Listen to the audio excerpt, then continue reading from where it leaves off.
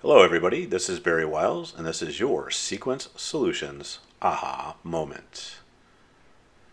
This is the fourth video in a four-part series on using moving heads with xLights. In this video, we're going to cover sequencing and the new advanced moving head effect that has been put into xLights. The nice thing about the new effect is that it doesn't matter whose moving head you use. The effect will work with anyone's as long as the models are set up properly. If you remember from video 3, we went through how to set up your models and set up your groupings. This video will concentrate specifically on the moving head effect and all the parameters around it. At the end of the video, we will go through some sequencing examples. So if you remember in video 3, we walked through the setup of the moving head models and putting in the appropriate parameters for each of these moving heads. We also went through the creating a dimmer string and a shutter string that will allow you to operate your moving heads with xLights. And both these strings are important to have, and we'll explain that in a few minutes when we walk through the sequencing part. If you haven't done this and have questions on it, please go back to video 3 and go to the section on the video where we have created these. Now, as we said before, I've got several different manufacturers of moving heads in this display. And when we went through and set each of these different brands up, we put in the appropriate parameters so that when we put the effect into xLights and start programming them, all of these will react the same way. And that way, it keeps a standard programming format for xLights. And that's the beauty of the new effect. It allows you to program any manufacturers of moving head with the effect, and you don't have to worry about figuring out DMX values and which moving head has what DMX value where and what angle it points at that value. So that is the power of the new sequence effect that xLights has added. So let's go back into the sequencer.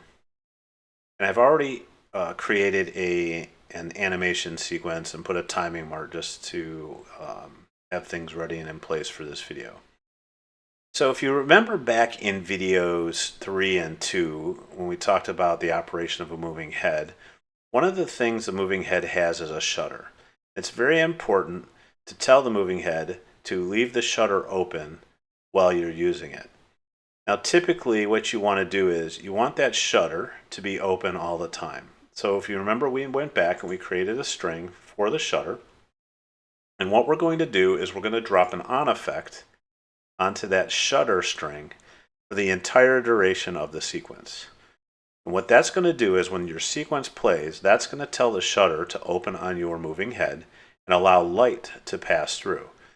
Now, that doesn't mean the light's going to be on. The light is turned on and off or allowed to pass through and is blocked by what's called the dimmer. So again, if you go back to video 2, we talked about the operation of a moving head and how the light is actually generated.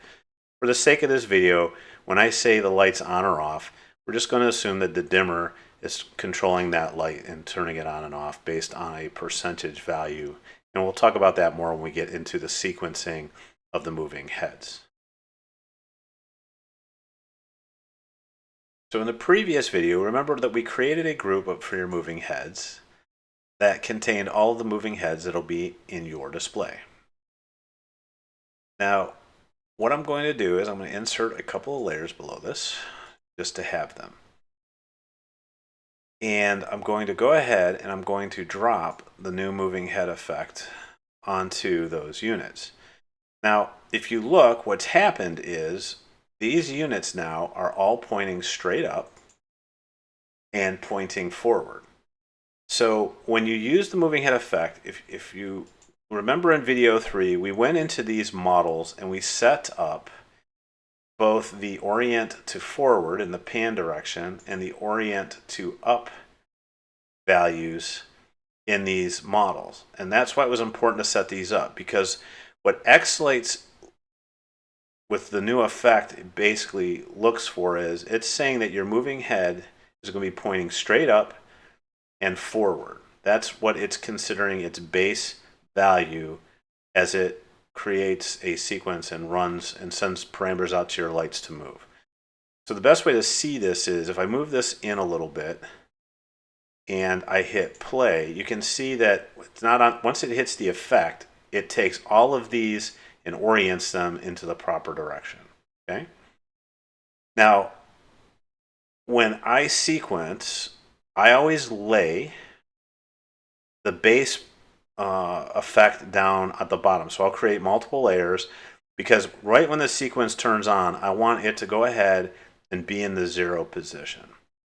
And that way, as you have your sequences stacked together, they'll already be in position so that you don't have to worry about when they get oriented to the proper position. So let's look at the moving head effect box and kind of what's in it.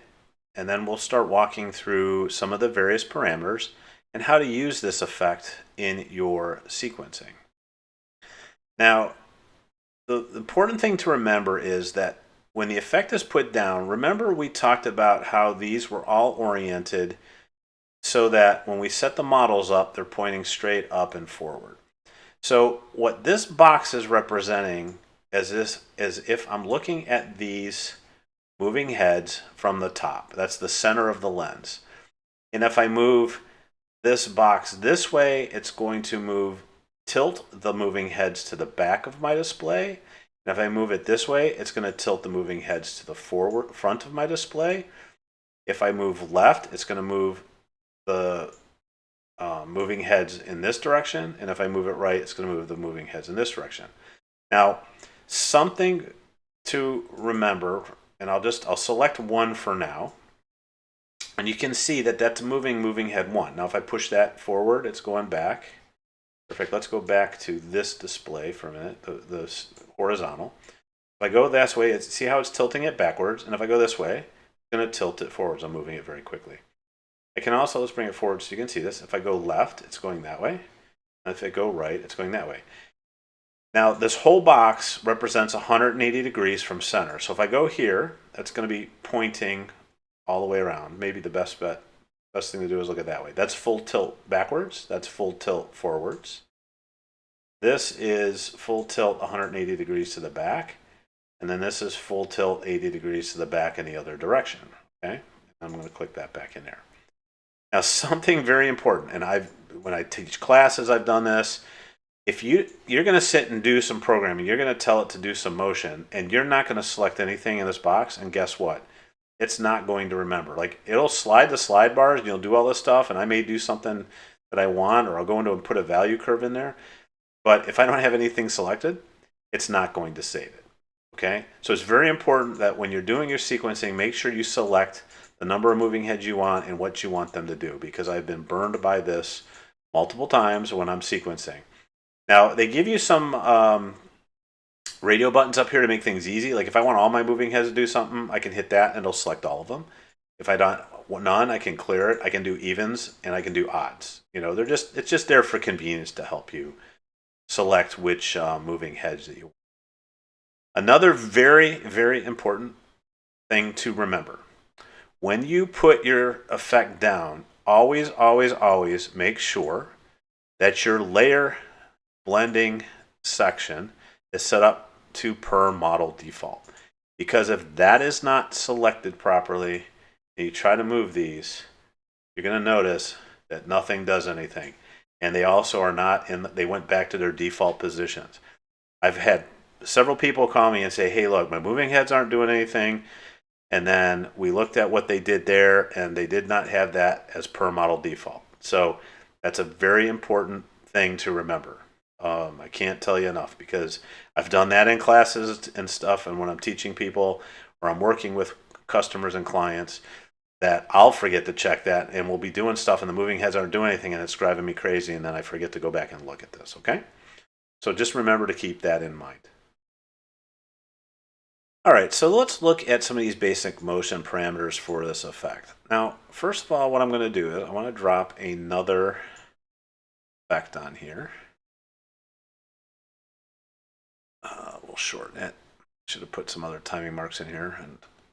But what we'll do is we'll drop another instance of the effect. Now remember in xLights that the effect on the top will overwrite or layer over the effect on the bottom. Now in the moving head world, what it will do is it will actually overwrite what's underneath here for any of the moving heads that we tell to move from the default position, okay?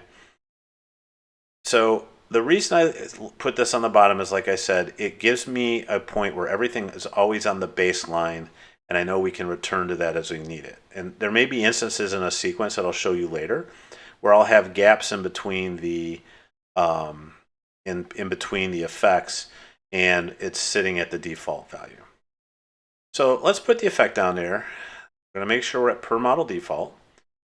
And then what we're going to do is, let's say we want, for now, let's say we want the moving heads to be pointing forward, 90, like over in front and over the top of our audience, okay? Now in this block, each one of these squares represents 45 degrees, okay? So what we're going to do is I'm going to select all the moving heads.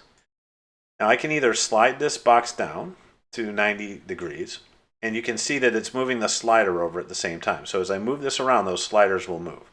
So one way is I can slide this down. It says 90 degrees, and it's got the moving heads pointing forward.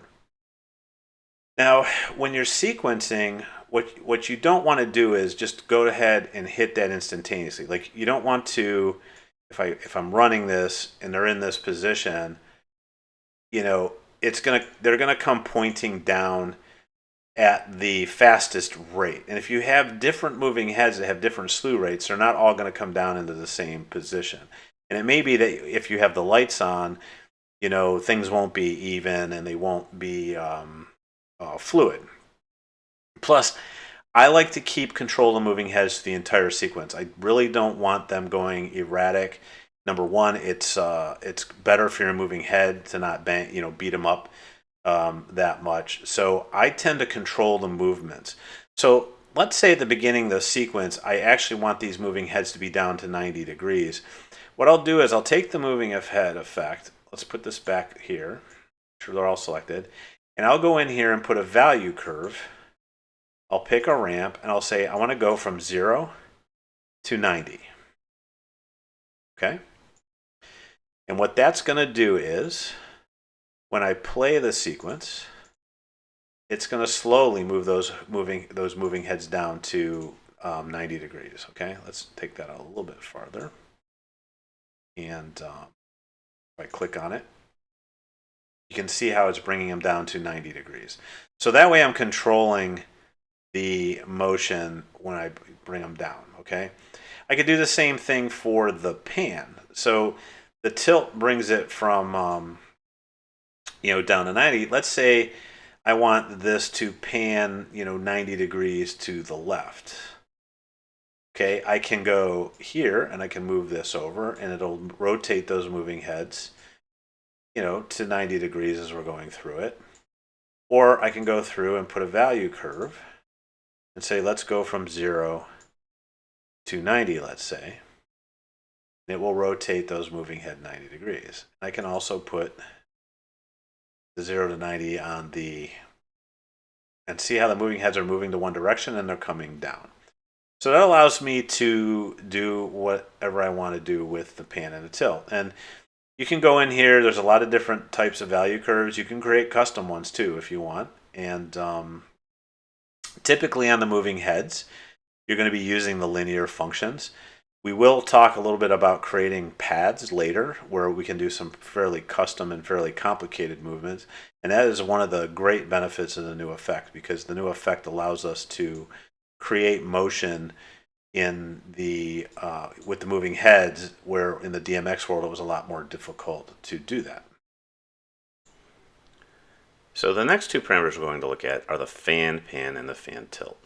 Now, in order to show this better, I want to go ahead and turn the moving heads on. So I'm going to put a timing mark here, and I'm going to drop an on effect on the dimmer. And basically what that's going to do is it's going to turn our moving heads on. Now, we'll talk more about setting up the dimmer and using that in a sequence later on in the video. For right now, though, I want the moving heads on so that the beams are visible, so you can kind of see what I'm talking about when I make some of these effect changes.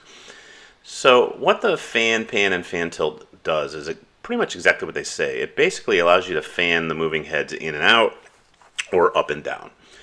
So to show this, we're going to go up here. We're going to make sure we have our moving head selected. I'm going to go ahead and move the pan 90 degrees so that these are all turned sideways, as you can see. Let's move this down just a little bit. And then what I'm going to do is I'm going to take the fan tilt, and as you can see, as I'm moving this slider, it's making these fan out, and if I bring it in the other way, it brings them and collapses the beams in. Whoops. And you will see xLights sometimes as it's calculating values. Well, when I'm moving sliders, every once in a while, I'll kind of jerk like that. That's just nuance in the software. But basically what this is telling me is, like here, I've basically got 20 degrees of tilt between each of these moving heads. Now, if you take this number out too wide, it will start getting wonky because it's, you're outside the, you're past where all the moving heads are hitting where they need to go. So, typically you're going to use smaller values, and you can kind of play with this if you want. If I put a value curve on this, let's just make it like -11 and +11. I can get it to fan and go back and forth. So you can get a nice little effect like that. If we want to look at the pan, I'm going to bring these back around. And what I'm going to do is hit the pan tilt, and you can see, oops, actually, let's do this. Let's make this 75. Let's bring the beams down a little bit. Let's go back and make this 0. So you can kind of see, and then as I fan pan, you can see that it's in the pan direction, it's fanning them in and out, right? So I can do the same thing here. I can kind of go -10, +10, and I can get this kind of back and forth motion. Now I can also, if I want, I can go back here, put this back in. I can go back and put this tilt. And now you can see I'm kind of getting this interesting pattern here. Now, something to remember too. So if now when I put sequences together, I try not to have the lights come lower than the horizontal, because you don't want the light shining either in your neighbor's house or down on the ground. But remember, in the last video I said there is a parameter in the moving head, in the tilt, where we can say what the maximum limits are. Now, if this is a -180, you're allowing the tilt to go as far as it wants. But let's say I don't want the moving head to stay in the front of the house, go lower than 90 degrees. So I can put -90 and I can put +90 in here and save those. And then when I run the sequence, what you're going to see is now, remember this one before was going down below. Now it's limiting it. So no matter what the effect's telling it to do, those limits are going to override. So it's kind of a way to protect, because you can see this one's going below. I could set these all up to be 90, and then that way I know for sure that the sequence will never, or the lights will never go down lower than the roof level, which means it's not going into your neighbor's house or shining on the people on the ground. So just something to keep in mind if you want to set up some boundaries so that you're not shining light on your neighbors and giving them a show. So the next thing we're going to do is I'm going to skip over the dimmer because I want to go into pathing, and pathing has kind of matches up with position on the moving head. So for now, what I'm going to do is I want to take the pan out, so we'll make that 0. Oops, I need to make sure I select all the heads, which I did. Okay, let's go back and put 0 here. Okay, so now they're pointing basically at 75 degrees. Let's go ahead and make that 90 for now. So they're pointing straight across. Now, if I go to pathing, pathing works a little bit like the sketch effect. Basically what this allows us to do is it allows us to basically draw a pattern and have the moving heads follow that pattern. So let's say I wanted this to travel in a circle. So I left click, put my first point there, and then I'm going to hit the shift key, And I'm going to go hit the next. If I don't hit shift, you won't get this dot in the middle that allows you to create a curve, and I'll show you that in a second. And I'm going to go ahead and click here, and I'm going to click here. I can hit escape, and then I can say close, and I've created a movement. And as you can see, what the moving heads are doing right now is they're basically following this straight line path. Now, if I move this out and make it a little more circular, I can get more of a circle pattern where it's circling around. And now in this case, it's a very wide circle. So what I could do is I can go down here and I can use the scaling. And what the scaling allows us to do is to make that circle bigger or smaller. So I can actually use this and bring this down. And I can make the path real small. Or I can go up here and try to make the path really big, which in this case, it might start making these things go a little bit crazy. But again, you can use this and kind of tweak it the way you want to tweak it. Now, the time offset, what's cool about that is I can introduce an offset. So what it's basically doing is starting all of these in a different point in the rotation. So now I can get this kind of, you know, if you've got at the beginning of your show and you want it to look like a movie premiere where, you know, lights are going all over the place, you can play with these values and start getting some really creative movements in your moving heads, okay? Now, if I go back to the position control, where I hit cycles now, where cycles comes in is I can tell this to do 2 cycles for that same amount of time, or I can tell it to go 3 cycles in that time. So I can use the cycle, or I can say half a cycle if I want to slow it down. So it's a way to use, kind of coordinate with the, what we call the pathing, to be able to create these motions. Now, if I want that to maybe not shine down as much, I can click on this on the edge of the circle, and then I can actually move it up if I want. And then what happens is you sometimes break xLights. Okay, we're back from our little xLights hiccup.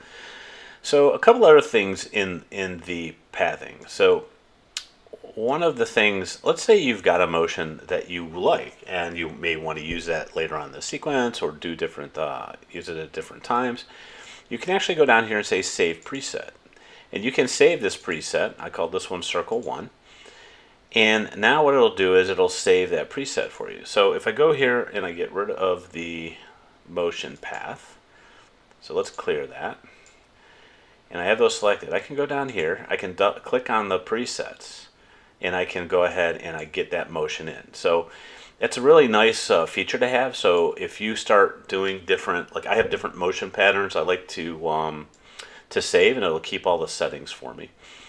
And you can go in and do that. Now, so a couple of other interesting things is you can actually check this and say, okay, ignore the pan, and then it'll just follow kind of the timing of the with the tilt, or I can ignore the tilt, and then it'll just follow the circle, but only do the pan motions. So again, these are things that you play with to get kind of a look that you like when you're setting up your sequencing and your lights to work with the particular music or sequence that you're trying to run with it.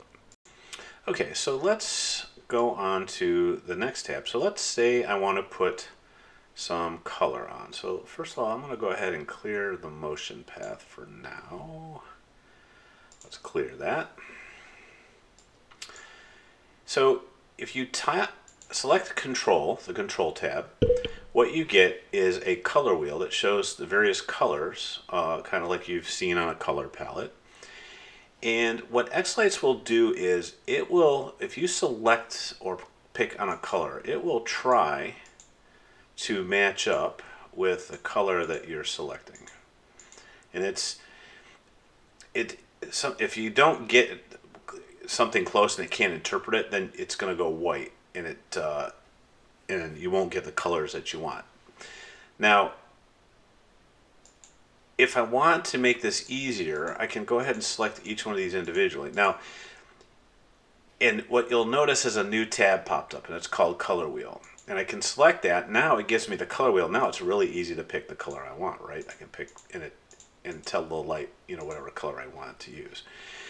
Now, because I have 6 different moving head manufacturers here and all their color wheels may be different, when I select more than one, it takes that tab away.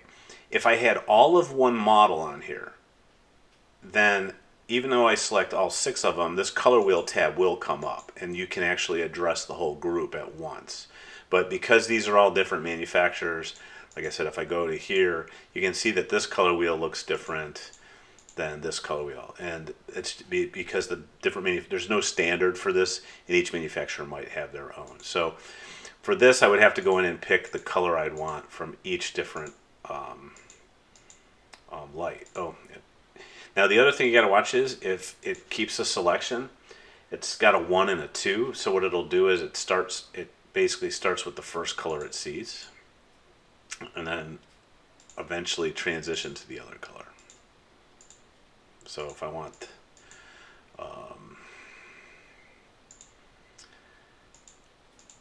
that's like this one, pink. Let's pick 4. I don't want that one. Let's make this one yellow.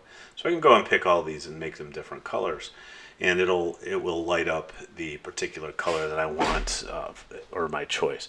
Now, the moving heads colors sometimes don't show up in the sky real well, and in some of the sequences I do use color. If you're up north, usually it'll work better because your skies, especially during the holidays, has moisture in the air or snow or clouds, and you'll actually see the moving heads a lot clearer. Down here in Florida, you get some of these cooler nights where the sky's crystal clear. The moving heads don't show off as well, and sometimes the colors don't come through as much as you would like them to come through. So you have to be, you can use colors and play with it and see what works best.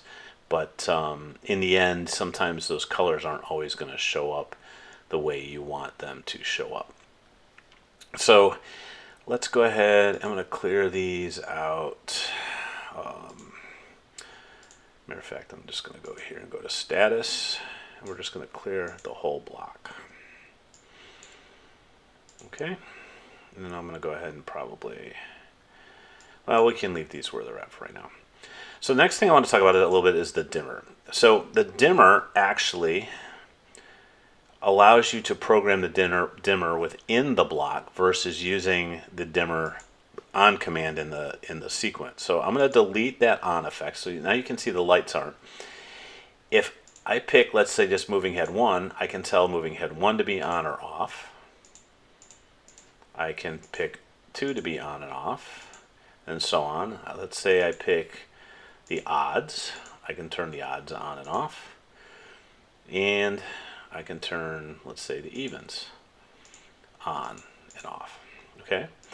So it allows us to control the light within the block. Now, what I typically do when I use the dimmer inside the block is I'll first turn it on, and then I can come up here and click a point. Let's say right there. See how I got that blue point now?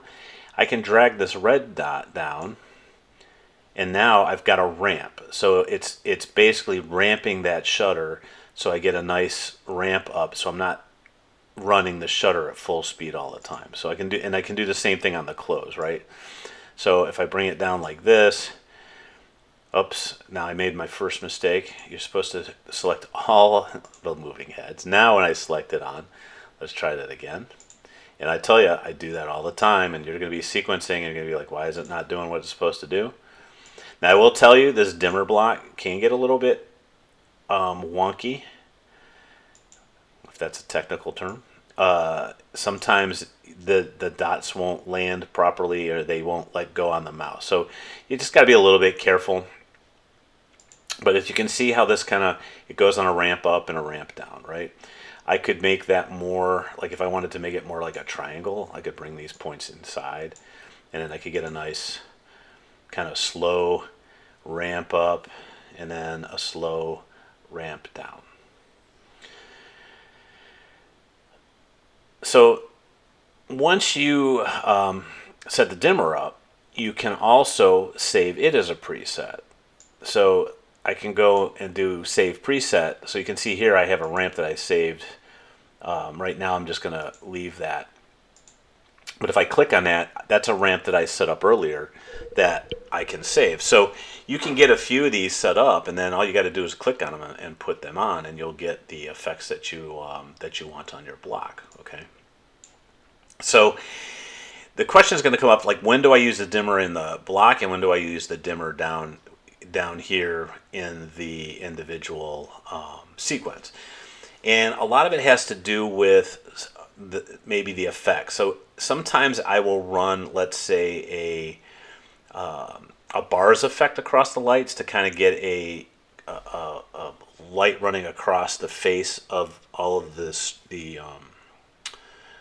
movers.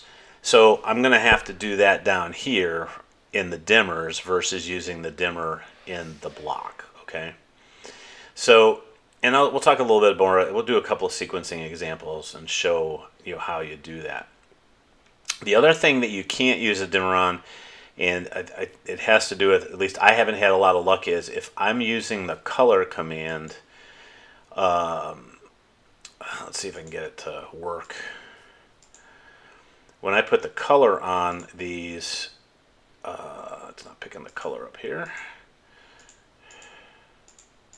Oh, there we had it. Like I said, if I'm changing different colors and stuff, sometimes I'm going to want to use the command, because what happens is not all the movers will follow the command, the dimmer command. So as you can see, like, some of the moving heads are following it and some of them aren't. So I typically, when I'm using colors, I will use the dimmer command down here and do that. So a little bit of the quirks in how it runs. Maybe it's something to do with the software, but I've had issues where you can see like half of these are ramping up and down and half aren't. It all depends on what's going on inside the model. So it's just something to think about and keep in mind if you're programming. And what you're going to want to do is play with that dimmer selection and see what works for you and how that works. Okay. So I'm going to go ahead and turn it off. Now, I will say, when you have control picked as well, sometimes it leaves the lights on. Not on all the moving heads, and I think, again, it has to do with the way the moving head's set up and how the model works. So I'll do some more looking into that down the road and see if I can offer a better explanation for it in a future video. Okay, so let's close out the video with showing some sequencing examples to kind of show you how to put a programming head effect into a sequence and how to use it. So I'm going to go ahead and I'm going to delete this one, and I'm going to add a timing track, put in a metronome, and I'm going to put about every 250 milliseconds. Okay. Now, typically when you're sequencing, you're going to have a song, there'll be music, and you're going to want to lay a timing track down. I'll put usually the beats or bars or measures to mark off the song. Okay. Now, with moving heads, one thing to keep in mind when you're sequencing, I mean, this is strictly my philosophy, and you can sequence your moving heads any way you want to do it. I tend to like to use this moving heads for impact points in a sequence, not running the moving heads the entire length of the sequence.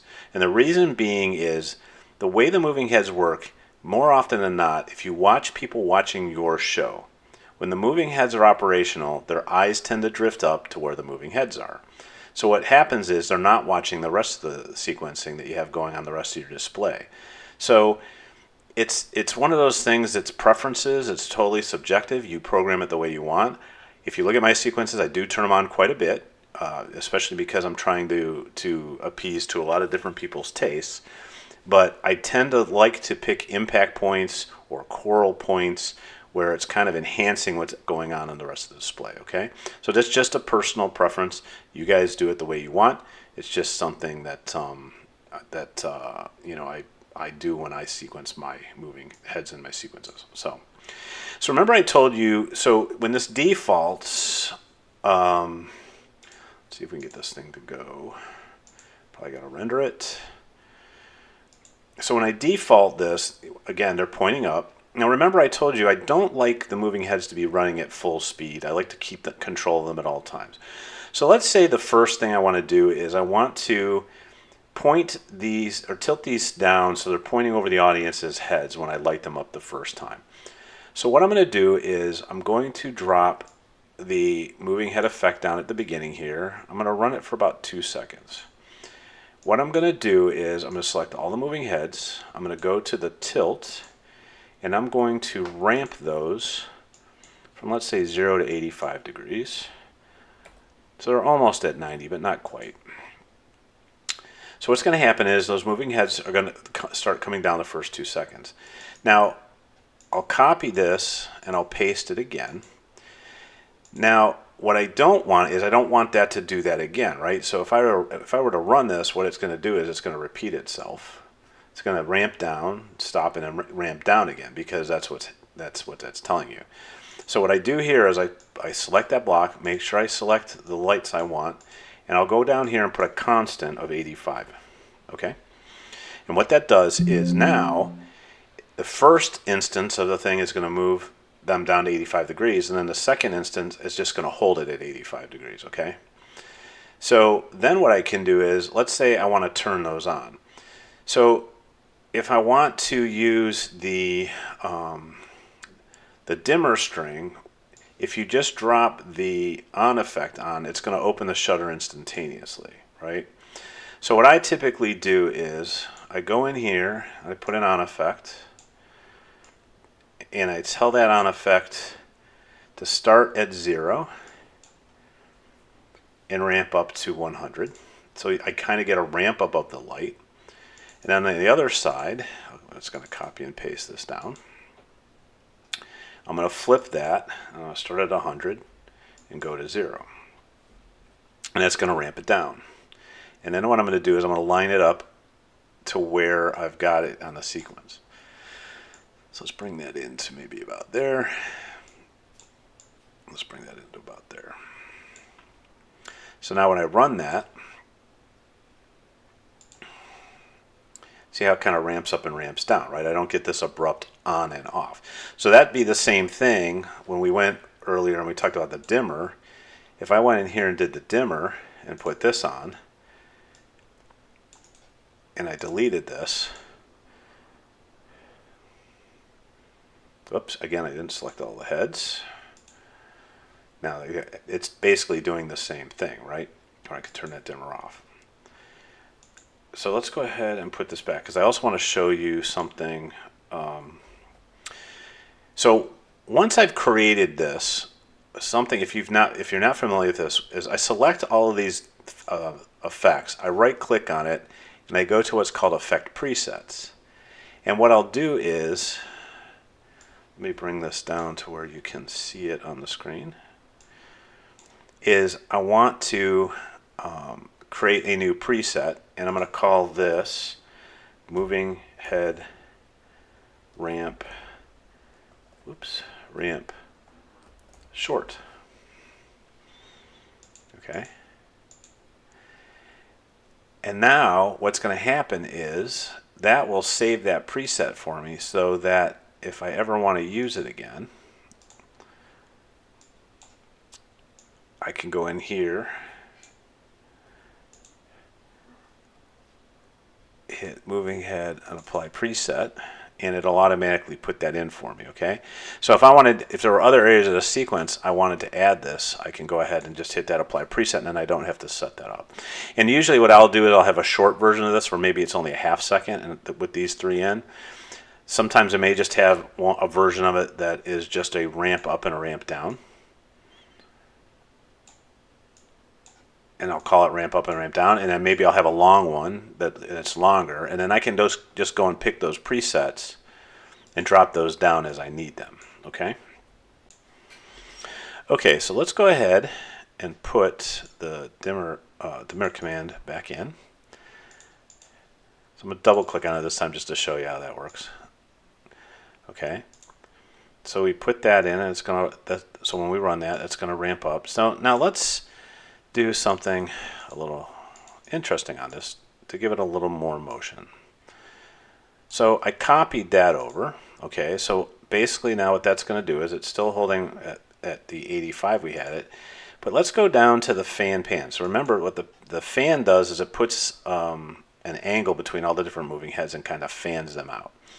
So what I want to do is I'm going to put, let's go maybe minus 15 to 15 to minus 15. Well, actually, no, I want to go 0 to 15 to 0. Okay. And we'll see if that's exaggerated enough or not.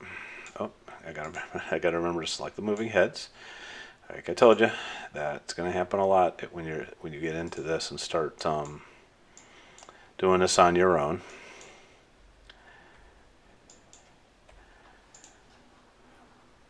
So now what it should be doing is moving back and forth. So now I'm going to go back to my effect presets again. I'm going to lay that preset down. Now remember, it's a different size than when I'm moving, so I'll just drag this over and I'll bring this over. And you can see what it's doing now is it's kind of giving us some movement on those lights, right? It's moving things back and forth. So if I played the whole sequence portion now, what it's going to do is those moving heads are going to move into position. They're just going to light up over top, maybe to give a statement, and then they're going to light back up and do some movement. Now, if I'm done sequencing or I want to get back to the home position, what I'll do is I will lay another version of the sequence down and I will select all. So now remember, right now the tilt is set at 85, right? That's what we set it at here. Whoops. So what I want to do is I want to bring that back to 0. So I will put a 85 to 0 ramp in. I selected them. And what that's going to do is move everything back to 0. So that whole sequence now, when I play it, it's going to bring those moving heads down, light them up. I'm going to do kind of a movement accent, and then it's going to move them back up to the 0 position. So now as the sequence runs, those moving heads are back at 0, and they're going to be that way forever. So again, that's why I lay this instance down here. If I didn't put this down at the bottom, what the moving heads are going to do is they're going to go back to their default position. So if I do this and I'm running this, remember this is going to go to 0, and then it's going to go back to this 0 home position, which is not what we want. Okay? So a couple of other things you can do. So let's I want to exaggerate the on this one a little bit more. So let's take this off. Actually, what I'm going to do is I'm going to go ahead, I'll leave the motion in. So something else you can do is you can lay effects over the dimmer. So I can put a string command and it's going to run across these lights, and depending on the length I make this is going to depend on the speed that it goes across. So if I want to have an effect like that, or I can say, okay, bounce to the left, it'll go to one side and the other. Now a lot of times what I'll do is I'll kind of put this, kind of helps smooth that out when you're doing a from a tail. I've actually also run them with this middle command. It just it's a property on the string. You got to be careful with the chase size. If you make the chase size too big, what'll happen is you'll pick up two lights. Now you may want that, so you can play with that. Usually I just leave it somewhere around 10% or 10. You could put this and do a dual chase, so you could be coming from the middle and the ends, or I could go from the middle. So if I want to do something from the middle, or I can do it to the middle. Right? So you can lay different things down here. I have put like the bars effect, make it in 3D. Oops, this is going to the right. So you can kind of get some interesting effects that way. So you can play with it. Usually the effects that have like the bars or the stripes are the ones that you're going to want to use, because what they're going to do is they're going to give you, the best chance of lighting things up. If you try to put complicated stuff on here, it could mess some things up for you. Now you can put, some moving heads have a strobe effect on them. I have put something like the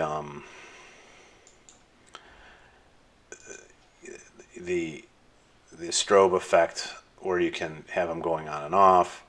I would typically use the strobe that's in the inside the light, but this, you could use this and get blinking effects and things like that. So you might have like something where you've got a beat, and all of a sudden you've got a rapid high top or something where you want this to blink at a faster rate with that high top. So you just drop those effects down there and put those in. So that's kind of how you set these moving heads up to work when you're programming or sequencing. Okay. So something else I want to show. And we've touched on it briefly, but I'm going to go ahead and run this on this whole effect here. So the other thing, if you remember at the beginning of this whole thing, I told you that this is a programming block, and it will remember you can set these lights up to do different things at any given time. So if I were to, let's select all these. Let's drop out the motion for right now and just leave it right there. I could, let's just say I wanted to go and take the first moving head and tilt it back from 85 to 0. Okay, so see how that's moving from 85 to 0? None of the other moving heads are doing anything. Now I can go in here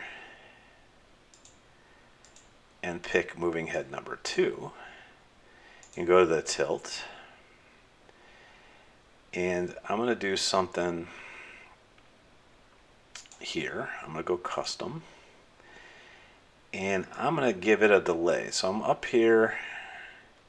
I basically don't want it to be what is it, 850. So we want this to be 850. So this is basically going to hold its position for 3 timing marks, and then it's going to start tilting to 0. Okay. So I had a little bit of a delay in there, right? And I could do the same thing here. I could go to number 3, pick a tilt, and I'll just move this over to the 6th spot. Try to get it close. Sometimes it's hard to get these values to, sometimes you got to cheat and open this thing up a little bit more. They don't always have to be exact, but you want to be close so the moving head isn't. So now what you're going to do is you can get this delayed effect. So this block will let me pick all the moving heads and program them completely different. Okay, and I could go in here and say, all right, for number 3, I want it to be red. And for number 2, I want it to be blue. Oops, blue. I got the one. And on number 1, I'm going to make it green. Okay? So this block retains all of that information. So it allows you to customize and only have one instance of the effect down. Instead of having to try to program each of these differently, you can program everything inside the effect. And you can do the same thing with this. I can select this and save it as a preset. So if you get something you like, you can save that preset. So I've done, if I've got like a circular motion I really like, I'll save the effect as a preset and then plop it back down in different sequences in different areas, so I don't have to reprogram it. So that's the beauty of how this block is set up. It's a very powerful tool and a very powerful block. Now again, I told you, if you get to a point where your moving heads are, you need to reset this block, you can come back to the status and hit reset, and it'll put it back to 0. Now you can kind of see what this status block is. If you're interested, it's telling you kind of what these moving heads are kind of set up to do. So it's hard to read sometimes, but it'll tell you that there's a tilt value curve on the pan offset. It'll tell you if you've got, you know, a curve on the tilt, which it should tell us. So you can kind of go through this and look at it and use it to diagnose what's going on sometimes. It's not totally obvious and intuitive, and you have to kind of stare at this for a while. But it will, if you're trying to debug things sometimes, this status list can help you do a little bit of debugging. And then again, if I don't like what I'm seeing, I can hit reset, and it'll reset this block and go make it completely back to 0. So hopefully that's helped you a little bit. It's you know, like I said, programming in this is subjective. There's some other more advanced stuff you can do with gobos and stuff. Maybe I'll do a video later that shows how to do that with some of the, like the Starlight and some of the other moving heads. But hopefully these videos have helped you. If you go through the whole series, it should give you a pretty solid foundation and start of understanding the effect, understanding moving heads, and understanding how to sequence them. So I'm Barry Wiles with Sequence Solutions, and this has been your aha moment.